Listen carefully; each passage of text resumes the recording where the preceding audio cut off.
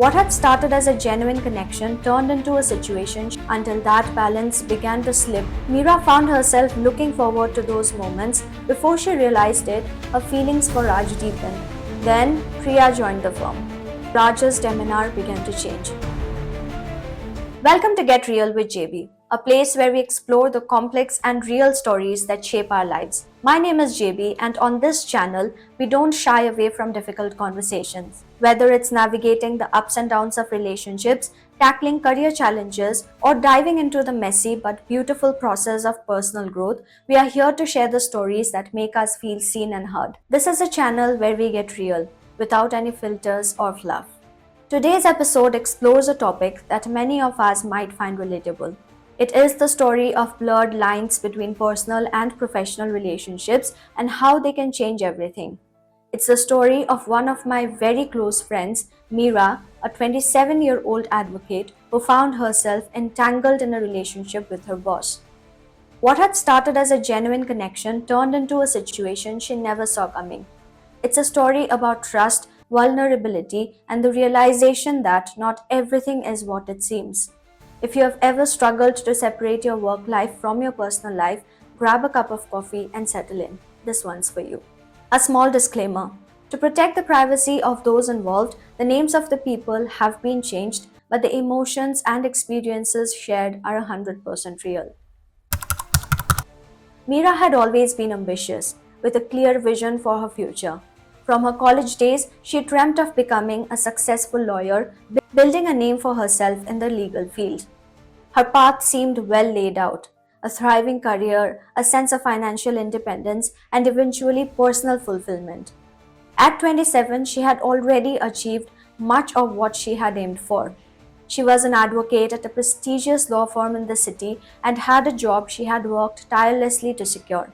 Long hours, late nights, and the constant pressure to prove herself came with the territory, but Meera accepted it all. It was part of what made her feel like she was truly making a mark in a competitive field dominated by men. But even as she balanced the challenges of a demanding job, she maintained a semblance of control over her life. About 2 years into her role at the firm, Meera began working closely with Raj, a senior associate known for his sharp legal mind and approachable nature. He had a reputation for mentoring young lawyers and helping them reach their potential.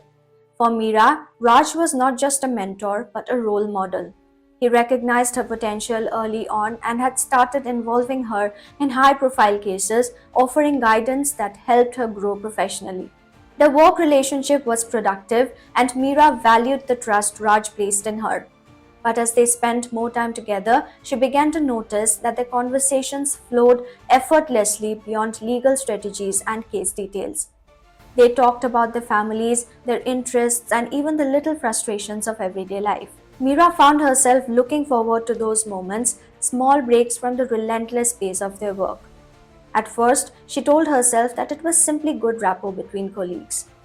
But it became more than that. Raj's words carried a warmth that made her feel valued, not just as an employee, but as a person. He would check in with her after a tough day, share insights from his own experiences, and subtly compliment her work and character. It wasn't grand gestures that drew Meera in, but rather the small, thoughtful acts that made her feel seen. Before she realized it, her feelings for Raj deepened. What started as a professional admiration slowly turned into a personal attachment. She appreciated his guidance, but she also cherished the way he made her feel important, cared for, and even special. And when Raj began suggesting that they meet outside of work, it felt like a natural progression of their connection. They started seeing each other casually at first: dinners after late nights at the firm, or quiet weekends spent together away from the office. There was no formal label, no declarations of love, but there was an unspoken understanding that they were more than just colleagues. For Meera, it was the sense of stability she had always craved: a relationship where she could be herself, where she didn't have to put up a professional front. For the first year, everything seemed to fall into place. Raj continued to support Meera's growth at the firm, encouraging her to take on more challenging cases. Outside of work, he was a calm presence, offering comfort and companionship in a world that often felt harsh and demanding. Meera began to believe that she could have it all: the career, the relationship, the balance between her professional ambition and personal happiness. But life has a way of shifting just when you start to feel secure. Raj's demeanor began to change, subtly at first and then more obviously. He became less available for the usual dinners, more preoccupied during their conversations. Meera sensed a growing distance and she chalked it up to the pressures of work. Maybe he was just stressed, she thought. They were handling a particularly challenging set of cases after all. Then Priya joined the firm, a new associate, sharp and ambitious, with the same drive that had marked Meera when she first started. Raj took an interest in Priya's work almost immediately. At first, it didn't raise any alarms. Raj had mentored many associates, including Meera herself. But soon it became clear that his attention to Priya extended beyond just professional guidance. Meera watched as Raj began spending more time with Priya, inviting her to client meetings, sharing lunches that had once been reserved for just the two of them. Priya was talented, no doubt, but the dynamic between her and Raj felt unsettlingly familiar. Meera couldn't ignore the pang of discomfort that settled in her chest whenever she saw them together, though she tried her best to keep those feelings hidden. She wanted to believe that it was all in her head, that Raj's interest in Priya was purely professional. But the evidence kept piling up. Missed plans, unanswered texts, and a growing sense that the conversations no longer carried the warmth they once did. When Raj started delegating Meera's responsibilities to Priya, it became harder to ignore the shift. Meera felt torn. She didn't want to jump to conclusions, to accuse Raj of something without solid proof. But the change in their relationship, both personal and professional, was impossible to deny. It was as if their connection, once a source of strength, had slowly frayed without her realizing it. And yet, Meera didn't know how to bring it up without seeming insecure or overly emotional. Her mind became a constant whirl of questions. Was it something she did? Was Priya just more interesting, more vibrant, more deserving of Raj's attention? Had she been naive to think that a relationship with Raj meant more than a passing phase? And what about the professional bond? Did that hold no value anymore? The uncertainty gnawed at her, making her feel vulnerable in a way she had never felt before. Her confidence at work began to waver.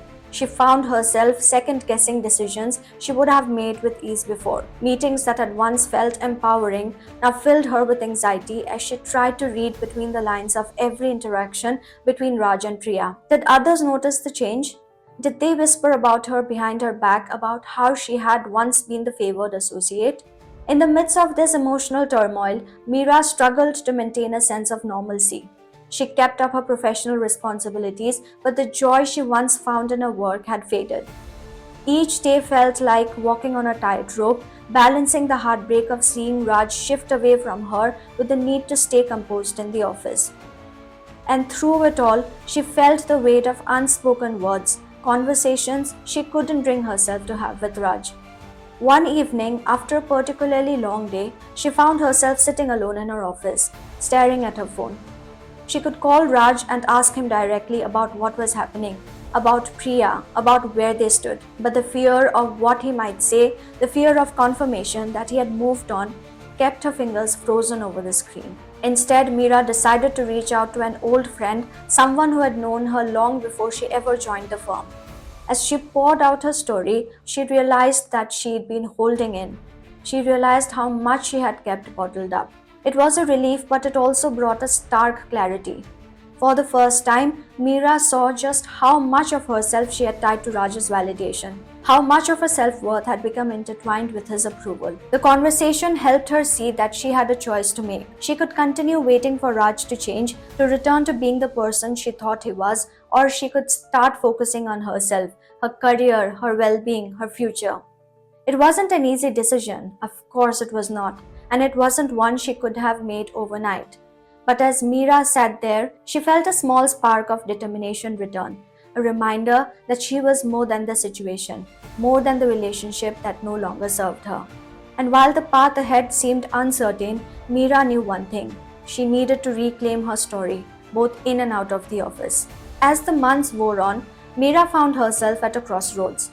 The strain of her relationship with Raj and the professional uncertainties that followed had taken a toll on her mental and emotional well-being. After much reflection, she made a decision. to put her own needs first and create distance, even if it meant leaving the law firm that had been her home for years. She decided to resign, finding an opportunity at a smaller firm where she could focus on rebuilding her career and rediscovering her sense of self worth. It wasn't an easy path, and there were moments when Meera doubted her choice. But as time passed, she began to see that walking away was not a sign of defeat, but a step towards reclaiming her independence. It allowed her to set new boundaries for herself, to redefine her ambitions, and to recognize that her professional value was not tied to a single relationship. Meera's story is a powerful reminder of how intertwined our personal and professional lives can become, especially if we allow others to influence our sense of worth. It's easy to lose ourselves in the approval of those we admire, but ultimately, we need to value ourselves beyond any relationship or job title. Meera learned that prioritizing her own well being and walking away from a situation that no longer served her was an act of self respect, one that allowed her to start a new chapter with greater clarity and strength. If you ask my take on this, I would say that navigating relationships in the workplace is never simple. It's natural to connect with those we work closely with, but as Meera's story shows, the lines between personal and professional can blur in ways that complicate our lives. It's important to recognize when a relationship is no longer serving us, even if it is painful to let go. The courage to put yourself first, to prioritize your mental and emotional health, is a valuable lesson that many of us need to hear. Meera's decision to leave wasn't easy, but it allowed her to regain control of her narrative and find her own path. Sometimes moving forward means making hard choices, but those choices can lead to growth and new opportunities. Thank you for joining me on this episode of Get Real with JB. I hope Meera's story resonated with you and perhaps even helped you reflect on your own experiences with work and relationships. Remember, this space is all about real stories and real feelings because life is rarely straightforward, but there's always something to learn along the way. If you enjoyed this episode, share it with someone who might need to hear this story. And I'd love to hear your thoughts too. Let's keep the conversation going in the comments below. Until next time, stay true to yourself and keep it real. I'm JB signing off. Catch you in the next episode. Bye bye.